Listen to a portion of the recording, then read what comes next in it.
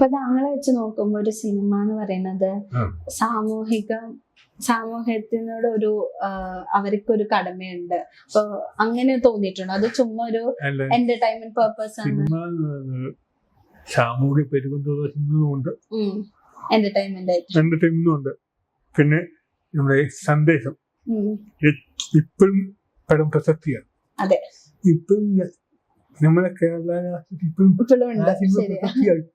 വിജയിക്കും. എന്താ സാമൂഹ്യ പ്രസിദ്ധിയോ അങ്ങനെ ഒരുപാട് സിനിമ ഉണ്ട്. എന്നുവെച്ചാൽ സാമൂഹ്യ പരിബന്ധത ഉണ്ടാവുന്നില്ല ഒരു സിനിമയ്ക്ക്. പൈസ മുടക്കുന്നതിന് സാമൂഹ്യ പരിബന്ധം അല്ല വേണ്ട, അവൻ എന്റർടൈൻമെന്റ് 2.5 മണിക്കൂർ എന്റർടൈൻമെന്റ് ചെയ്യിപ്പിക്കും. ഇപ്പൊ ഇപ്പത്തെ ഒരു സിനിമയുടെ ഒരു ഇത് കണ്ടാൽ ഇപ്പൊ അടുത്ത് നടന്ന പ്രശ്നങ്ങളൊക്കെ JSK പോലത്തെ സിനിമയും എമ്പുരാൻ പോലത്തെ സിനിമയുടെ പ്രശ്നങ്ങളൊക്കെ കണ്ടായിരുന്നു. ഒരു പേരിന്റെ പേരില് അല്ലെങ്കിൽ ഒരു പൊളിറ്റിക്സ് പറഞ്ഞു തന്നിട്ടൊക്കെ പ്രശ്നങ്ങൾ അവർ കൃത്യമായിട്ട് പറയുന്നുണ്ട്. സിനിമ എങ്ങനെയാ ഇപ്പൊ സിനിമ കണ്ടാ പോലെ സിനിമ മാധ്യമല്ലേ, സിനിമയായിട്ട് കണ്ട പ്രശ്നമില്ല.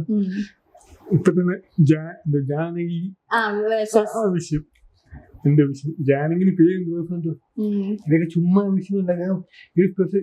അങ്ങനെയാണെങ്കിൽ നമ്മുടെ ശിവന്റെ പേര് എത്ര പേരുണ്ട്, അവർക്കൊക്കെ പേര് വാങ്ങാൻ പറ്റുമോ?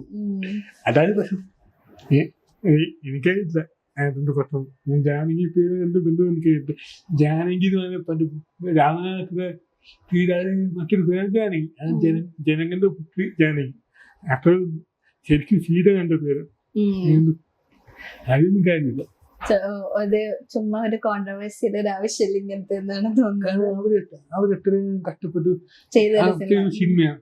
ആ സിനിമ ഒരു പേരിന്റെ പേര് സെൻസർ കിട്ടുന്ന ഒരുപാട് പേരുടെ കഷ്ടപ്പാടാണ് അവിടെ. അല്ലെങ്കിൽ സെൻസർ പോയി നേരത്തെ പറയണം, ഇന്ന പേരൊക്കെ ഇല്ല, ഇന്ന പേരൊക്കെ നേരത്തെ പറയണം. അതെ, റൂൾസ് ഇറക്കണം. പ്രശ്നമില്ല, ശരിയാണ്. അപ്പൊ നമ്മുടെ കളം 24 എന്ന് പറഞ്ഞ സിനിമ OTT ഇറങ്ങിയിട്ടുണ്ട്.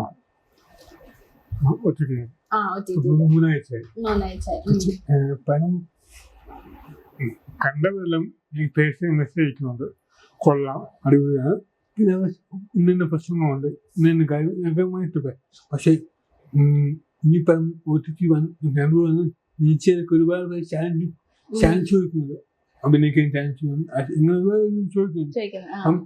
ഞാൻ ഉദ്ദേശിക്കുന്നത് വെച്ചാൽ ഈ അടുത്ത പടം, 3-ാമത്തെ 4-ാമത്തെ പടം എല്ലാ പുതുമുഖ പടം ചെയ്യുന്ന ആഗ്രഹം.